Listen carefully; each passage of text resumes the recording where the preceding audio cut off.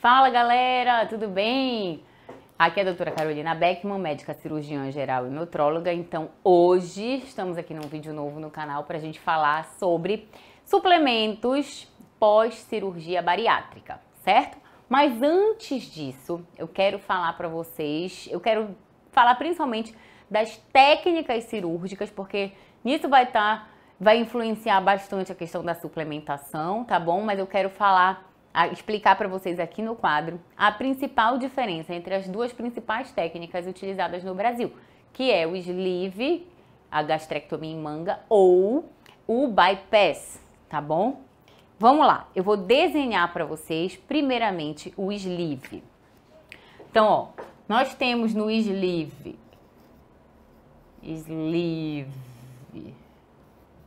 o esôfago, aqui o estômago e depois o duodeno. E para cá, para baixo, continua o intestino, certo? O que seria a técnica do sleeve? Na técnica do sleeve, nós fazemos vários grampeamentos ao longo do estômago, começando aqui mais ou menos no antro, e esse grampeamento faz com que o estômago fique em forma de salsicha. Então a gente passa o grampo em toda essa grande curvatura do estômago, tá? Onde está essa linha pontilhada. E esse restante do estômago aqui, ele é retirado do paciente, vira uma peça cirúrgica. E aqui nós temos a gastrectomia em manga. Então essa cirurgia, ela retira essa área aqui do fundo gástrico, responsável pela produção de um hormônio chamado grelina. Então reduz bastante essa questão da produção da grelina, que é o hormônio da fome, certo? Além disso, ela tem um papel mais assim puramente restritivo. Então o paciente deixa de ter um reservatório gástrico que consegue tolerar um grande volume de alimentos. Porém, os líquidos entram muito bem, tá bom? Nessa outra área do fundo gástrico que é retirada, a gente tem a produção do fator intrínseco. E esse fator intrínseco, ele é necessário para a absorção da vitamina B12, certo? Aqui entra, então, a principal vitamina que a gente precisa suplementar num paciente bariátrico. Isso é uma necessidade específica, tá? Mas eu tô falando que, independente de ser bariátrico ou não, existem as necessidades individualizadas conforme os exames e conforme a alimentação. Se a alimentação desse paciente bariátrico é uma alimentação pobre, ele vai precisar de polivitamínico, vai precisar de vitamina D, vai precisar, por exemplo, de vitamina C, ferro, cálcio, mas especificamente ligada a essa técnica, é muito importante o acompanhamento da vitamina B12, tá bom? A perda de peso no sleeve, ela é maior no primeiro ano de cirurgia.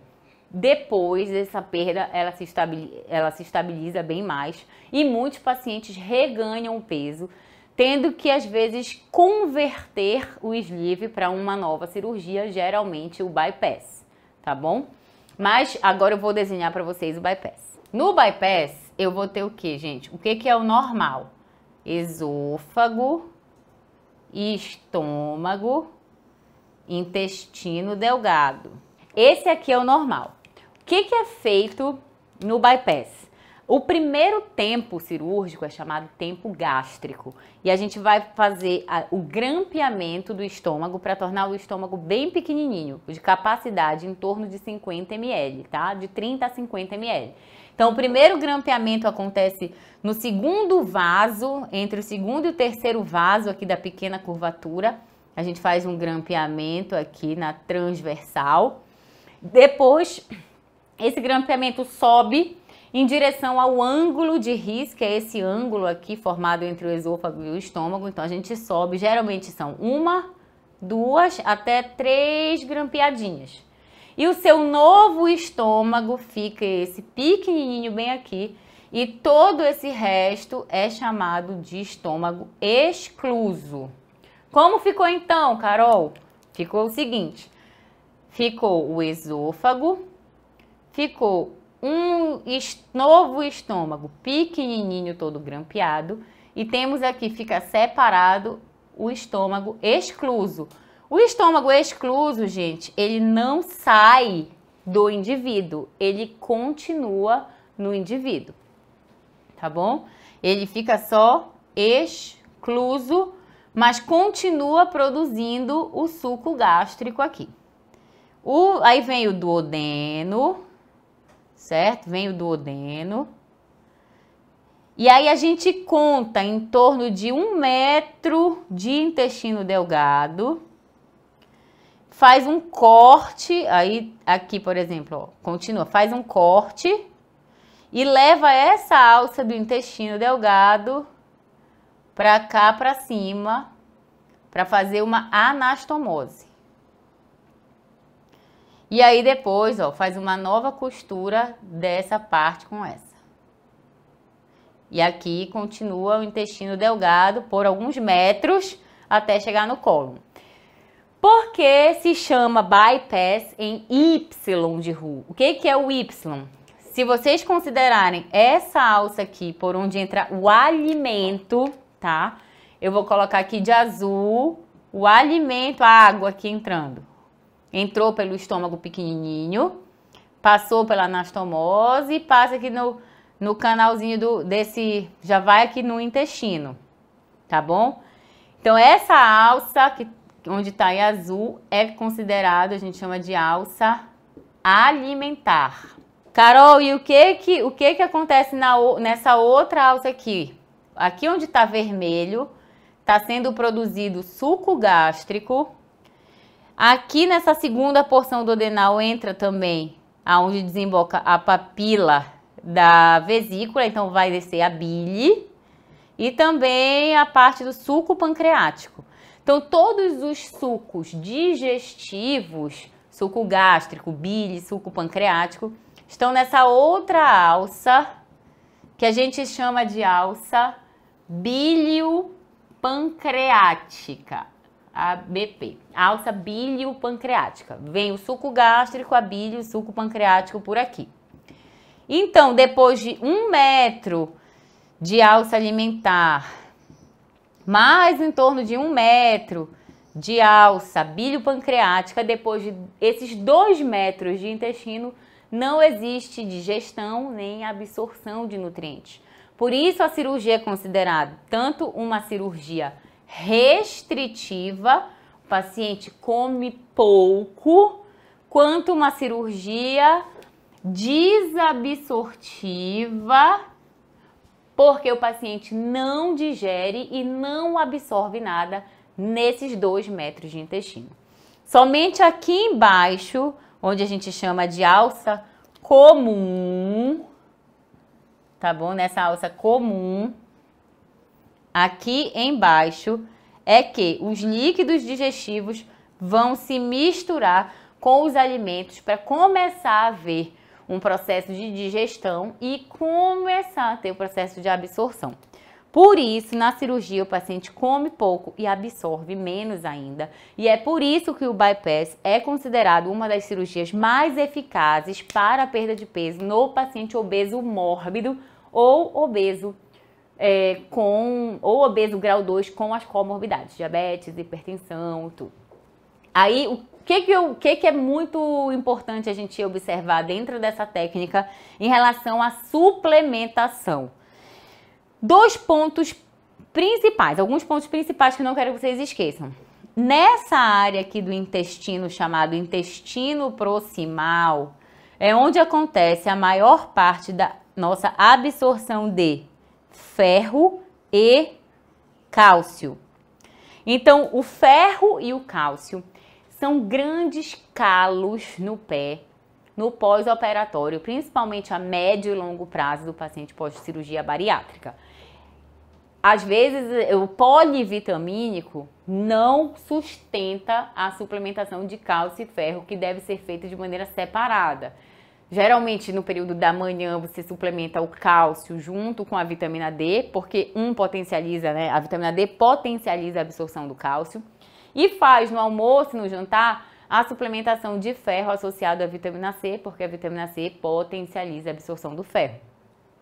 Mas muitas vezes, se esse desvio foi muito grande, às vezes os pacientes, mesmo assim, pela via oral, não conseguem suplementar o suficiente de ferro, continuam com anemia, principalmente mulheres que continuam menstruando e com um fluxo menstrual muito intenso, tá bom? Às vezes precisam da suplementação de ferro injetável. Uma outra suplementação que é muito importante, vocês estão vendo que aqui a gente tem a questão do fator intrínseco, que ainda é produzido, mas não tem o contato com a vitamina B12. Então, a gente tem também uma carência de vitamina B12, que ela não consegue encontrar, né, de uma forma fácil com o fator intrínseco para ser absorvida. Temos também uma deficiência muito grande da vitamina D, porque a vitamina D é uma vitamina lipossolúvel, precisa da gordura para ser absorvido, e a gordura ela não encontra com o alimento, né? Então, a bile, que emulsifica, ajuda a emulsificar as gorduras e melhorar a absorção através dos sais biliares, não encontra com o alimento por 2 metros. Então, a absorção da vitamina D ela está reduzida, e também das outras vitaminas lipossolúveis, A, D, E e K, certo? Então, as principais suplementações eu considero ferro, cálcio, B12 e D.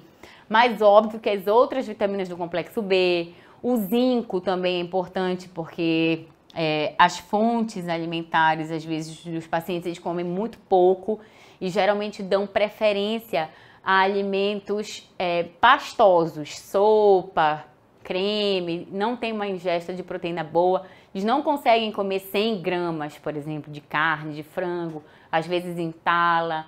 Então, a orientação de um nutricionista experiente nessa questão da bariátrica, ou de um médico nutrólogo também, para fazer ajustes nessa suplementação desses aminoácidos, dessas vitaminas e minerais em doses mais elevadas do que as doses usuais, é necessário, tá bom? Então, um acompanhamento com um médico nutrólogo nesses casos de paciente pós-cirurgia bariátrica é muito importante. Então, além disso, ferro, cálcio, B12, vitamina D, zinco, outros micronutrientes, mas eu diria que os aminoácidos são muito importantes da gente suplementar, porque, por exemplo, o paciente tem que mastigar muito bem para começar, porque ajuda bastante já.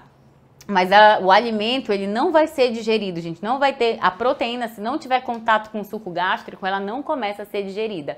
Então, vai entrar alimento mal digerido já no intestino, que é rico em bactérias. Pode ser bactérias gram-positivas, gram-negativas, dependendo da bactéria do indivíduo. Pode haver maior processo de putrefação dessas proteínas mal digeridas. Então, a carnitina, que é uma proteína ali da carne vermelha, ao encontrar com certas bactérias no intestino, pode produzir a putrescina e a cadaverina e dar um odor muito fétido nas fezes. Tem que observar muito bem as fezes do paciente bariátrico para tentar ajudar, aumentar o consumo mais das proteínas vegetais, fazer o uso de probióticos, pode ajudar bastante, tá bom? Então, em relação à suplementação pós-cirurgia bariátrica, tanto no sleeve quanto no bypass, era esse recado que eu queria deixar para vocês hoje, e até o próximo vídeo.